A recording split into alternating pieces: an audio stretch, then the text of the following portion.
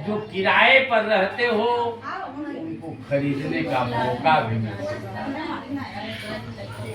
ये जो मैं बोल रहा हूँ ये सुनने से बोले वास्तु पुरुष भगवान की, विष्णु नारायण भगवान की। देखिए वास्तु है कौन ना, वास्तु भगवान है कौन ये जान लेना आवश्यक, ये जान लेना आवश्यक। यही पृथ्वी है,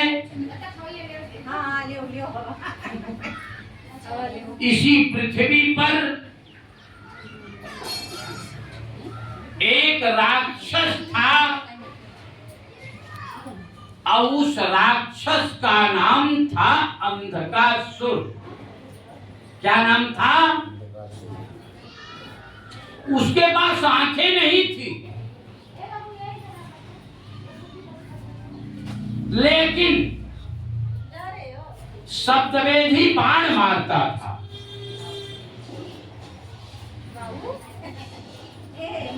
इतना ताकतवर वह राक्षस था कि कहने लायक नहीं।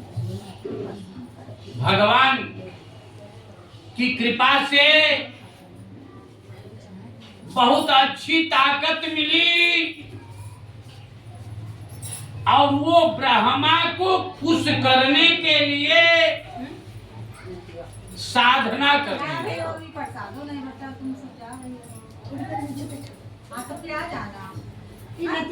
साधना करने लगा। हम आप 10-5 मिनट पूजा करने बैठते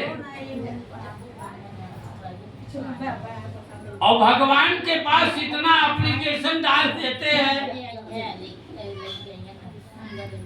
कि भगवानों सोचते हैं कि ऐसा जजमान मिला, ऐसा चेला मिला, कहने लायक। लेकिन वो अंधकासुर अपनी साधना से ब्रह्मा को खुश किया। ब्रह्मा ने दर्शन दिया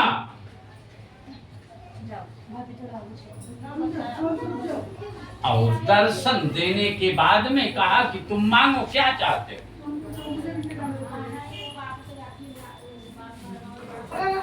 वह अंधकासुर ये कहा पहले आप त्रिवाचा दीजिए कि मुझे देंगे देंगे देंगे तब मैं मांगूंगा। साधना से खुश थे। ब्रह्मा ने कहा जो मांगोगे वो देंगे देंगे देंगे। तो वह अंधकासुर कहा कि जितना बड़ा पृथ्वी है उतना बड़ा मैं हो जाऊं।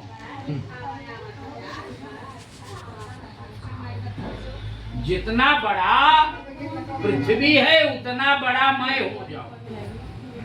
अच्छा ये आप समझिए, एग्जाम्पल मैं आपको बता रहा हूं। सब लोग बेटा बेटी वाले हो, अपने बच्चों का बर्थडे मनाते हो, गुब्बारा ले आते हो कि नहीं दुकान से? दुकान से गुब्बारा लेने के लिए जाते हो तो एक पैकेट गुब्बारा अगर मांगोगे तो उसको अपने थैली में झोले में लेकर के आ सकते हो। अगर एक गुब्बारा खुला दे देगा तो उसको झोला में ला सकती हो, वो कमजोर हो जाएगा। हमें लगता है झोला में डालोगी तो रास्ते में ही कहीं न कहीं फूट जाए, वो भय बना रहता है। अंधकासुर को तो वरदान दे दिया ब्रह्मा ने कि जितना बड़ा पृथ्वी है उतना बड़ा तुम हो जाओ, तो तुरंत वो बढ़ने लगा। जैसे गुब्बारा अपने घर ले आए, फुलाने लगते हैं, ज्यादा फुलाएंगे तो उसकी ताकत खत्म हो जाएगी, फूट जाएगा, उसका अस्तित्व नहीं बचेगा। तो जैसे जैसे अंधकासुर बढ़ने लगा, उसके अंदर अहंकार जग गया। जिस प्रकार से आप लोग बैठे हो, इसी प्रकार से लोग पूजा कर रहे थे। जैसे राजू भाई इतनी बड़ी पूजा करा रहे हैं, हमसे इन्होंने नहीं पूछा कि क्या खर्च लगेगा। जान रहे हैं कि पंडित जी जिससे मेरा कल्याण होगा वही कराएंगे ना। कोई अपरिचित व्यक्ति अगर होता तो उससे घर पक्का कर लेते कि बाद में ये लफड़ा नहीं होना चाहिए। हाँ, कोई अपरिचित व्यक्ति अगर आपसे कहेगा कि आप ये पूजा करा लो, तो सबसे पहले आप क्या पूछोगे? ये पूजा से बेनिफिट क्या मिलेगा ना। फिर पूछोगी कि पूजा का फल क्या होगा, पूजा में खर्च कितना लगेगा। अंधकासुर पहुंचा, देखा इस तरह से पूजा कर रहे थे। उसने देखा कि पृथ्वी पर सबसे बड़ा मैं हूं, ये पूजा किसकी कर रहे हो? लोगों से पूछा। लोगों ने कहा कि मैं त्रिदेवों की पूजा कर रहा हूं। बोला कौन त्रिदेव हैं? कहा कि ब्रह्मा, विष्णु और महेश, इन तीनों की पूजा कर रहे हैं।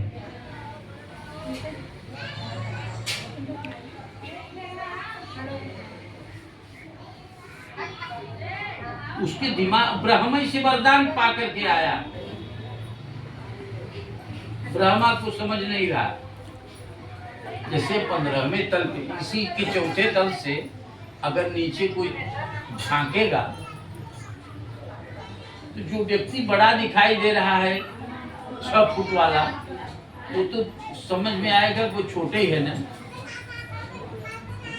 अब वो अंधकासुर इतना बड़ा हो गया था कि नीचे का व्यक्ति सब बहुत छोटे दिखते थे, ब्रह्मा भी बहुत छोटे दिखते थे। उसको ये समझ में आया कि मैं ही सबसे बड़ा हूं। कहा देखो सबसे बड़ा मैं हूं, मेरी पूजा करो तुम लोग।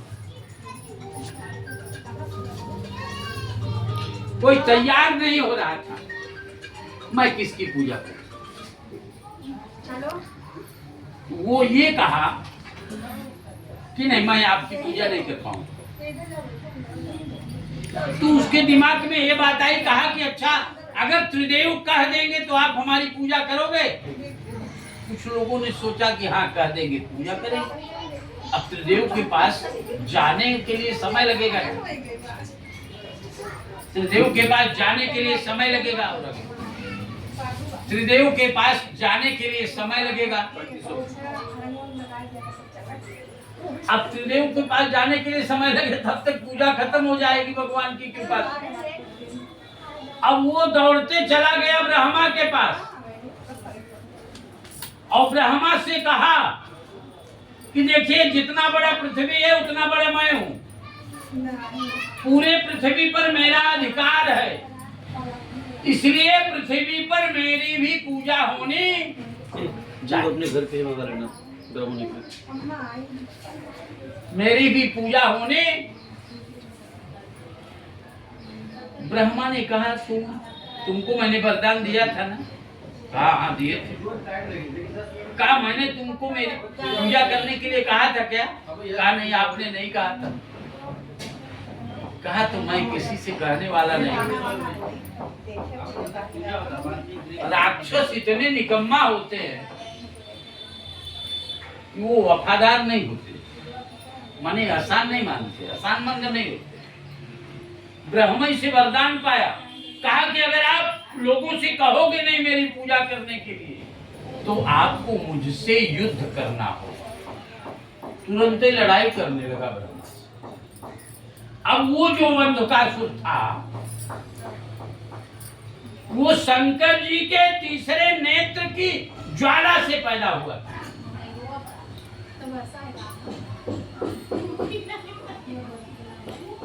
अब उसके पास इतनी ताकत थी कि उसकी ताकत से ब्रह्मा भी फेल हो गए, रण छोड़ करके भाग गए। वो विष्णु के पास गया। विष्णु योग में निद्रा में थे, योग निद्रा में थे, और विष्णु भगवान से भी युद्ध करने के लिए कहा, लेकिन विष्णु भगवान भी तैयार नहीं। शिव के पास भी गया। शंकर जी कहे जब दो लोग फेल हो गए तो हम अकेले क्या करेंगे। तीनों एक साथ बैठ करके तीनों एक साथ चिंतन करने लगे कि किया क्या जाए। किया क्या? इनका वाले गाड़ी का चाबी लगा होगा। फिर पहुंच गया है कौन, अंधकासुर। और हमारे वाले की गाड़ी का कहा कि एक चांस और देते, आप तीनों एक साथ में लड़ो, हम अकेले अगर हम जीतेंगे तो हमारी पूजा इनका होगी, वाला की चाबी हमारे पैंट नहीं में तो लगा आप है। लोगों की पूजा होगी। हाँ। तीनों बोलिए एक जवाब। साथ लड़े, लेकिन फिर भी विजय नहीं मिला। विष्णु भगवान ये कहे कि कुछ न कुछ छल करना होगा। ऊपर है श्यामलाल। जैसी जब बात बनती नहीं, श्यामलाल ऊपर है। साम दाम दंड भय भेद, तब कूटनीति आ जाती। अंधकासुर के कानों में पूछा कि तुम चाहते क्या हो, ये बताओ। कहा देखिए, जितना बड़ा पृथ्वी है उतना बड़ा मैं हूँ। ये ब्रह्मा से वरदान मैंने प्राप्त किया, तो पृथ्वी पर मेरा अधिकार बनता है। विष्णु भगवान ने कहा हाँ तुम्हारा अधिकार तो है, कोई दिक्कत नहीं। कहा पृथ्वी पर कोई दुकान बनाए, चाहे मकान बनाए,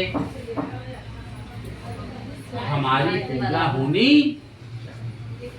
तो विष्णु भगवान ने ये कहा कि राक्षस नाम से, अंधकासुर नाम से तुम्हारी पूजा नहीं होगी, तुम्हारे ऊपर की खोल बदलनी होगी। अच्छा, किसी को गिलास में जहर ले आओ और दे दो, बता दो कि ये जहर मैं दे रहा हूं तुमको पीने के लिए, कोई पीने को तैयार होगा? और ठंडा में जहर मिला करके ले आओ तो ठंडा सब पीजिए, तुरंत पी लेगा। भले जहाँ रवे रही। भले जहर, समझ में बात आ गई। विष्णु भगवान ने यही कहा कि तुम्हारे ऊपर की खोल बदलनी होगी। तुम्हारा नाम आज से, तुम्हारे युद्ध से मैं बहुत खुश हूं, लेकिन तुम वरदान देना होगा तुमको, भक्तों को, जो तुम्हारी पूजा करेगा उसके जीवन में मकान से संबंधित किसी प्रकार की असुविधा नहीं पैदा करना है। समझ बात आ गई? तो उसने वरदान दिया कि कोई भी व्यक्ति नया मकान बनाए, नया दुकान बनाए, तो यदि वास्तु शांति करता है, हमारी पूजन करेगा, तो हम उसके जीवन में खुशहाल ले आएंगे। समझ बात आ गई? अगर कोई व्यक्ति ये कथानक को, ये उपाख्यान को व्यक्ति सुनता है, यदि किराए पर रहता है, उसे खरीदने की सामर्थ्य आ जाती है। यदि अपने खुद के घर में रहता है, तो उसको वास्तु शांति करने की मानसिकता बन जाए। जैसे ये गृह प्रवेश जीवन में एक मकान में एक बार होता है एक व्यक्ति के पास। जैसे इसके पहले जो जिसका रहा होगा वो किया होगा, अभी आज राजू भाई ने लिया इसलिए राजू भाई कर रहे हैं। समय समय पर, जैसे आज का तारीख, आज की दिन इसका बर्थडे है, साल भर में कुछ न कुछ पूजा व्यक्ति को कर लेना चाहिए इससे मकान की निगेटिविटी दूर हो जाती है। सब लोग हाथ जोड़िए और बोलिए ओम नमो नमो वास्तु वास्तु पुरुषाय पुरुषाय भू भू सय्या शय्या विरतिप्रद प्रद मद मद गृहे गृहे धन धन धान्यादि धान्यादि समृद्धि समृद्धि कुरु कुरु सर्वदा। सर्वदा। ये विष्णु भगवान का ही स्वरूप वास्तु पुरुष का होता है। सशंख चक्रम सकिरीट कुंडलम सपीत वस्त्रम सरसेरोहे क्षणम